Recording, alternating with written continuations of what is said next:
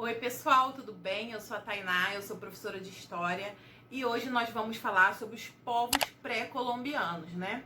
Nós vamos falar sobre como esses povos se portavam, viviam, cultuavam antes da chegada dos europeus, tá bom? Se você estiver assistindo pelo YouTube, se inscreve no canal, tá? Já deixa um gostei. Se você estiver assistindo pelo IGTV, segue meu perfil, @Prof. Tainá, porque esse incentivo é muito importante aqui para o desenvolvimento do Instagram e do canal no YouTube, tá bom? Agradeço demais esse apoio. Mas vamos falar sobre esses povos tão importantes. Lembrando que quando a gente está estudando sobre os povos pré-colombianos, estamos estudando pela visão do europeu, tá? Esses povos que habitavam aqui todo o continente americano, né? América do Norte, América Central e América do Sul, já tinham seu próprio modo de viver, já tinham sua organização, eram povos super desenvolvidos, tá? Bem organizados, bem estruturados, mas ainda eram vistos como bárbaros pelo homem europeu, porque o homem europeu, né, daquela época, gente, eles se achavam, né? Eles achavam que eles eram melhores do que tudo, então eles tratavam esses povos dessa maneira, né? Na sua historiografia, em seus documentos oficiais, mas assiste até o final que você vai ver que até os europeus, né, se renderam a essa inteligência, a esse desenvolvimento.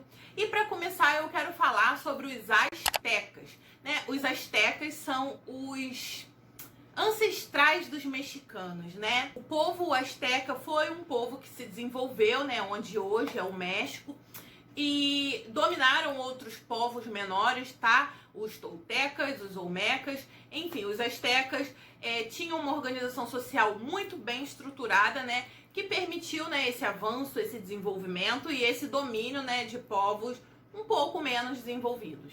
Eles se estabeleceram no Vale do México e a capital do seu império era a cidade de Tenochtitlan, que hoje é a cidade do México, né? Capital do México. Para poder se desenvolver, eles cobravam impostos de outros povos e também tinham rituais, né, que marcaram a sua identidade, né, a sua cultura, tá? Fala-se muito sobre sacrifício humano, mas espera um pouquinho que a gente já vai falar disso futuramente, tá? A religião deles era politeísta e essa religião até hoje deixou seu resquício. Embora a colonização, né, espanhola, a colonização europeia nas Américas tenha imposto o cristianismo, ainda até hoje existem resquícios dessa cultura politeísta, tá? Inclusive tá chegando, tá? Que é comemorado lá no México o Dia dos Mortos, né? O Dia de Finados. Então, muito tem a ver com essa cultura politeísta, tá? Mas eu não vou falar profundamente sobre essa religião agora. Assiste que você vai saber mais um pouquinho. Os astecas tinham uma organização social, né, cujo poder maior era o imperador, tá? E abaixo dele tinham os sacerdotes. Havia a família real, né, a família do imperador, né?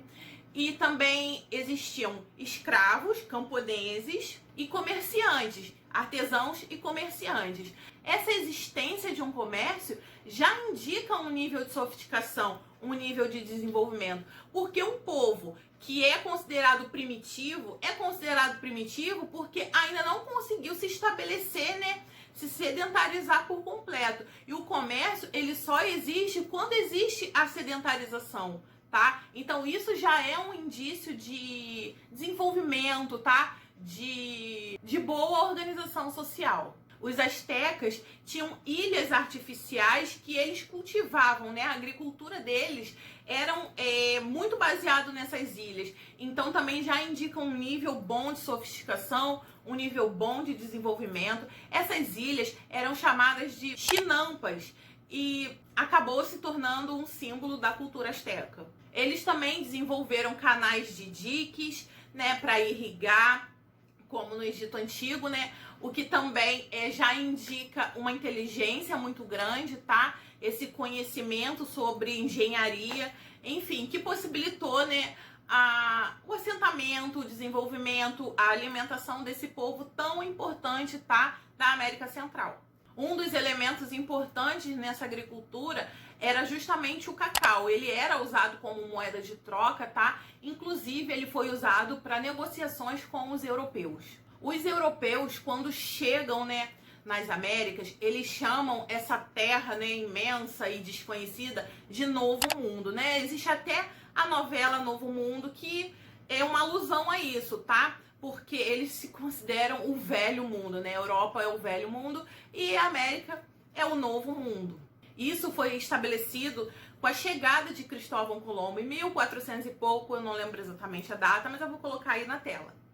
Quando os europeus chegam, né, ao Novo Mundo e têm esse contato com os astecas, o líder, né, daquele momento era Montezuma. E num embate com esses europeus, né, o Império Azteca acaba caindo, né, pelas mãos do espanhol Hernán Cortés. Em 1519 é oficializada, né, o fim do Império Azteca e milhões de astecas foram mortos porque a colonização espanhola foi violenta e foi problemática. Falando agora sobre a religião asteca, bom, vocês sabem, né, que eu já disse isso outras vezes, que quando chega um povo, o outro, por mais que seja subjugado, por mais que seja apagado, sempre deixa um rastro, tá? O cristianismo se difundiu nas Américas, tá? Hoje é a maior religião do mundo, mas ficou um resquício lá da cultura asteca que até hoje é cultuada no México, no Dia dos Mortos. E nessa cultura, né, nessa religião, eles acreditam que os mortos vêm visitar os vivos, né, no Dia dos Mortos, né, no dia 2 de novembro. E nessa vinda existe uma troca espiritual, isso seria bom, né, para os mortos, né? Isso é muito dito no filme Viva a Vida é uma Festa. Eu amo esse filme, gente, eu sou apaixonada por esse filme, tá? Existe a questão de culto aos animais, tá?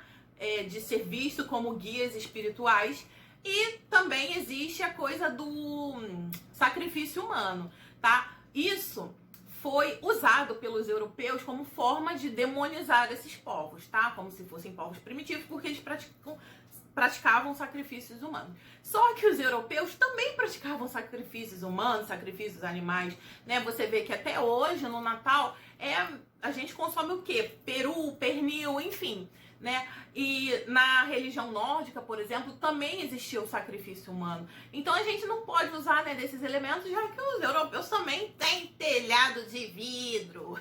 Pois é. Então, gente, essa questão dos sacrifícios humanos não era uma coisa assim, virou a esquina, morreu, né? A gente também tem que ver que quem caía, né, nesse perigo aí de ser sacrificado, geralmente era quem? Os marginalizados, né? Quem cometia crimes. Enfim, gente, né? Eu não gosto de julgar a cultura e religião de outras pessoas sem olhar para o meu próprio umbigo, né? Que foi o que os europeus fizeram e não olharam para o próprio umbigo.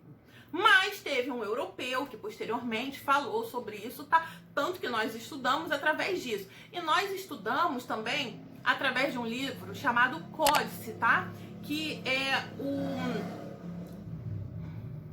o legado asteca, tá? Esse códice que deixou registrado o que nós estamos estudando agora nesse vídeo aqui no YouTube. Agora nós vamos falar de um povo muito importante, que são os ancestrais dos peruanos, que é o povo Inca.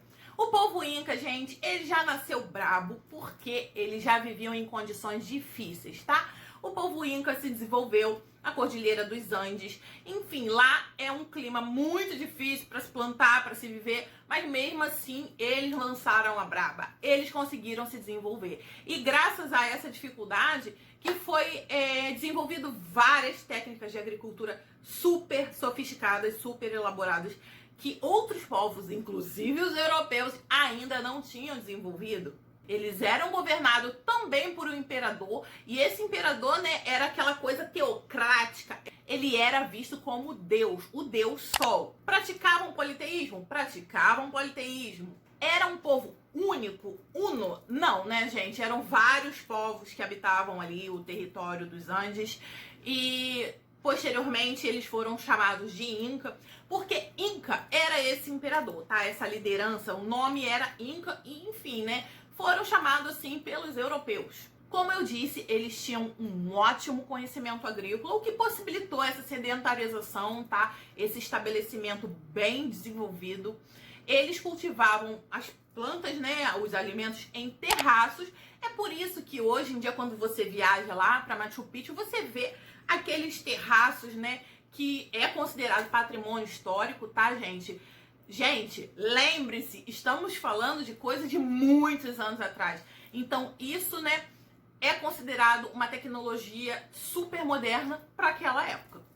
Eles plantavam milho, batata, aipim, abacate, construíram estradas de pedras, como esse sítio arqueológico aí que você já conhece. Eu vou deixar uma imagem aí, gente, porque é muito lindo. Eu sou louca para conhecer o Peru, sou louca para conhecer Machu Picchu. Eu vou deixar a imagem aí, vê, ó, que coisa mais linda, gente. É muita tecnologia, tá? E esses europeus ainda têm coragem de falar que somos bárbaros. Pera aí, tá? Mas enfim, gente, assiste esse vídeo até o final que eu tenho um babado pra contar, uma polêmica, que eu sei que vocês gostam de treta. Bom, enfim, vamos, assiste. Os incas tinham esse imperador, o Inca, né? Um povo que também tinha sacerdotes e tinha chefes locais, ou seja, já era uma coisa assim, um pouquinho mais descentralizada. Mas ainda assim tinha essa centralização, essa sofisticação. Havia camponeses e havia escravizados, tá? Como a maioria dos povos. Mas lembre-se sempre, gente, quando a gente fala de escravidão nesse contexto dos povos da antiguidade, dos povos pré-colombianos, a gente está falando de escravidão por dívida ou por domínio, porque era o mais comum. Não é a escravidão mercantil que deixou essa ferida aí no povo negro brasileiro até hoje, tá? Eu já falei sobre escravidão mercantil em outro vídeo. Existe a lenda, né, do primeiro Inca, do primeiro imperador, chamado Manco Cápac, que vivia ali na região de Cusco, né, onde hoje é o Peru. E como eu falei, né, gente, era uma lenda, não sabe se realmente existiu, mas ele teria sido o primeiro Inca, o primeiro, o unificador desse povo aí, lá da Cordilheira dos Andes. Havia uma divisão das terras para 3 partes iguais, né, que seria para o rei, para os sacerdotes e para a população.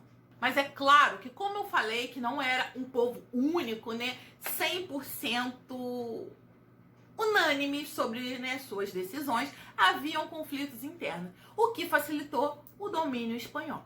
O último líder inca, Tupac Amaru, morreu em 1571 com a chegada dos espanhóis, né, e o vapo, né, gente, o domínio, né, europeu.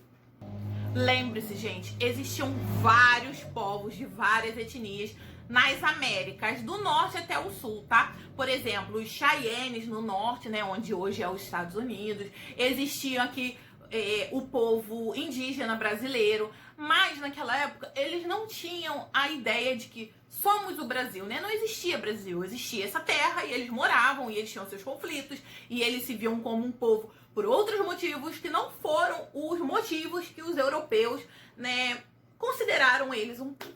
Então, essa terra que hoje é o Brasil, não existia uma unidade, uma centralização e uma organização.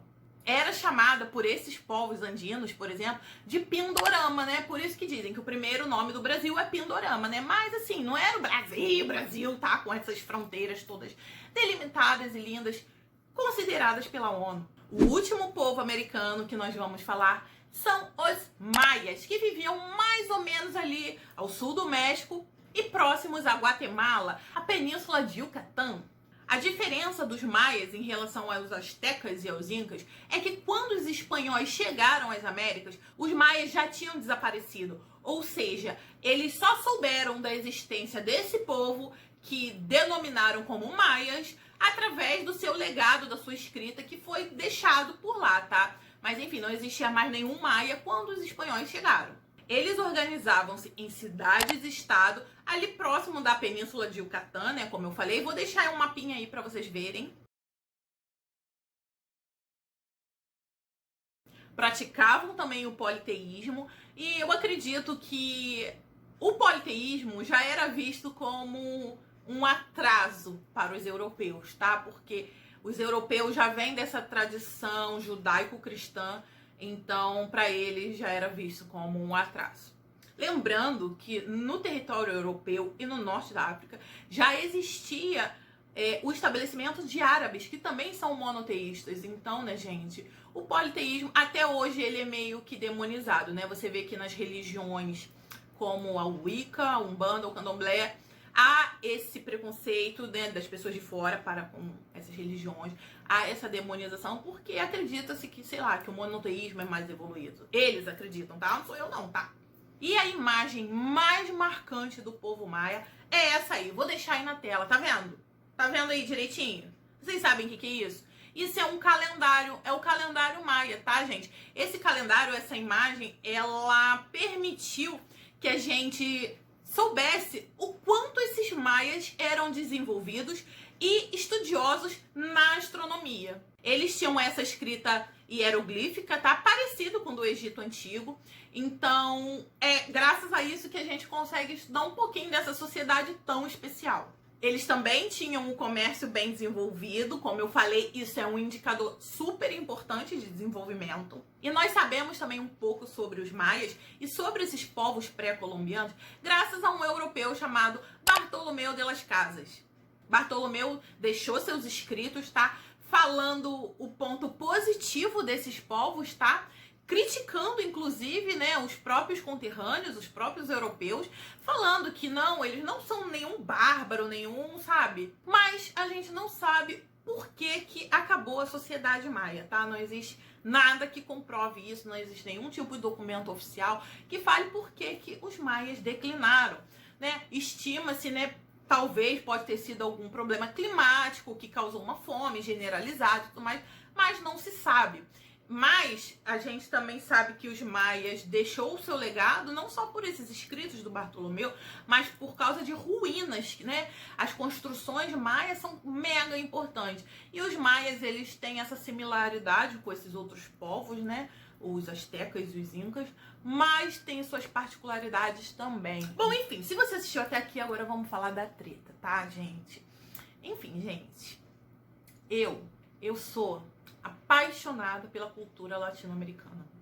Mas eu sei que os outros povos não brasileiros, né, no caso, os colombianos, mexicanos, argentinos, enfim, os povos de língua espanhola, muitos não consideram o Brasil como um país latino-americano, porque eles acreditam que o Brasil, né, tem uma cultura diferente, né, por causa da língua, né, falamos português. E, enfim, eu acho isso muito triste. Mas eu até entendo eles pensarem assim. Agora, o que me dá uma tristeza grande é ver brasileiro que renega suas raízes latino-americanas. Gente, eu amo a cultura latino-americana, gente. Se você não viu Chaves, se você não viu Rebelde, enfim, gente, sabe, tá no nosso sangue. A gente pode não falar espanhol, mas a gente é latino sim. Eu acho que o Brasil tem que resgatar essa cultura latina, gente. Eu morro de orgulho disso. E outra, eu não me considero branca, não. Eu não me considero branca, não. Porque o branco, pra mim, ele é o europeu, o caucasiano. Eu não me considero branca. Quando, né, o censo vem na minha casa e fala, você se considera o quê? Eu falo latino-americana. Aí eles falam, tá, mas não tem aqui na lista latino-americana. Mas é o que eu sou, latino-americana. Aí eu boto branco porque, né, o tom de pele e tudo mais. Mas, gente, eu não me considero. Eu já tenho, sabe, um carinho muito grande pelas minhas amigas colombianas e mexicanas, tá? Que eu conheci na época que eu fiz intercâmbio. E isso pra mim, sabe, é de uma grandeza imensa, tá? Eu fico muito triste com um brasileiro que não se reconhece como latino-americano, que renega, tá, essa cultura. Eu acho que existe uma união muito grande, né, desses países sul-americanos, da América Central, enfim.